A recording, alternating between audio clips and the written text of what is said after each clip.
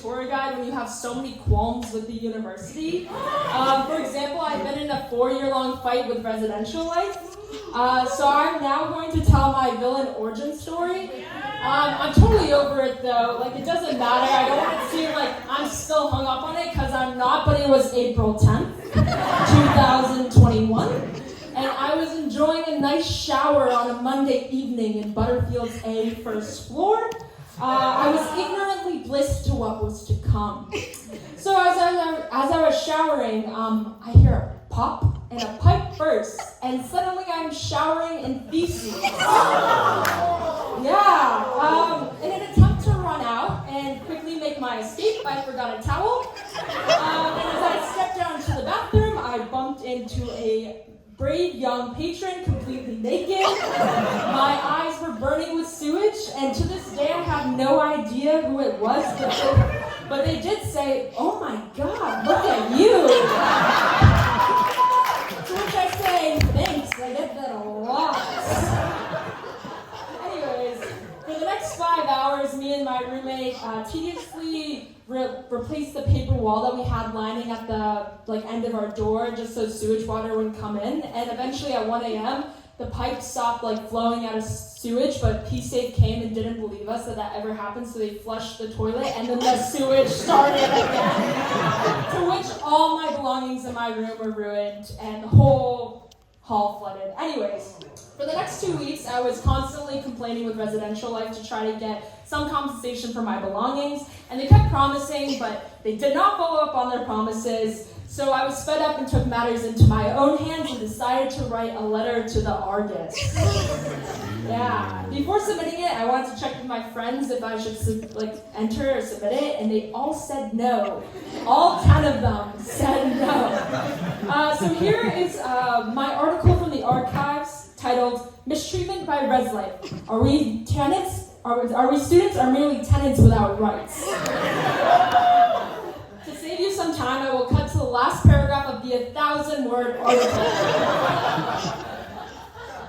Quote, "This whole situation made me realize that as students, we have no power. We are paying to live on campus with the assumption that safe and sanitary conditions are met.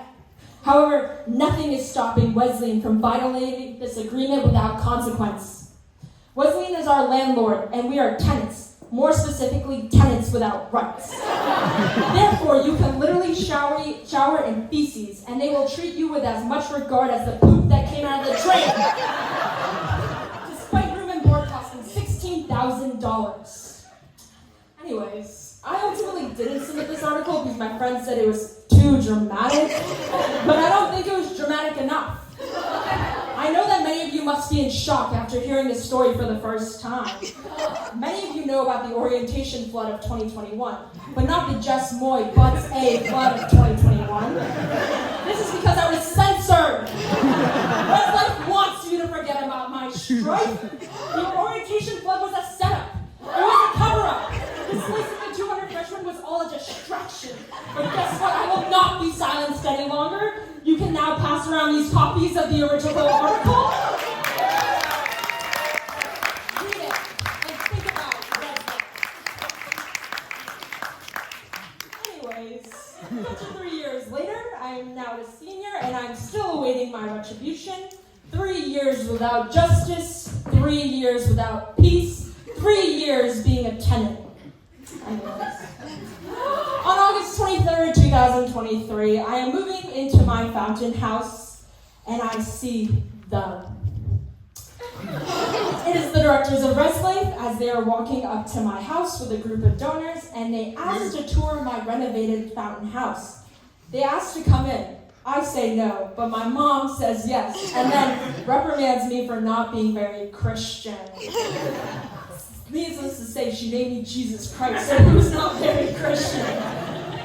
Anyways, they came into my house, and they walk around for 15 minutes, and then as they're about to leave, Maureen Duffy looks me in the eyes.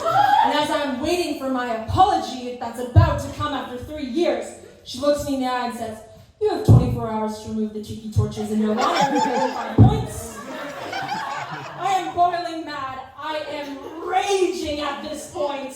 And I'm about to give her a piece of my mind. And then she says, "Jess, "You look extremely familiar. Where do I know you from?"